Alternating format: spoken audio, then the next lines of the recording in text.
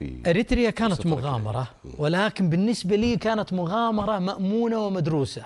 سبقني الرحاله عبد العزيز السلام ومسي عليه بالخير اليها، فكان هو دليلنا في اريتريا.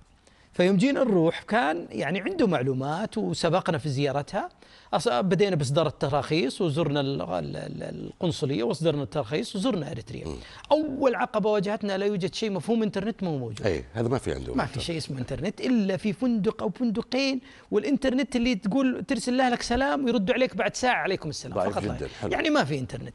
ولكن البلد من ناحية الأمان آمن جدا، آمن. امشي في ليل ولا في نهار، ضع جوالك محفظتك يظل 3 أيام في مكانه ما حد يلمسه، لأن عقوبة السرقة عندهم هي الإعدام. فبالتالي البلد آمن، الناس طيبين في أريتريا. وإحنا ما رحنا من أجل نستكشف أريتريا نفسها أيضا، ولا إحنا مدينة مثل أسمرة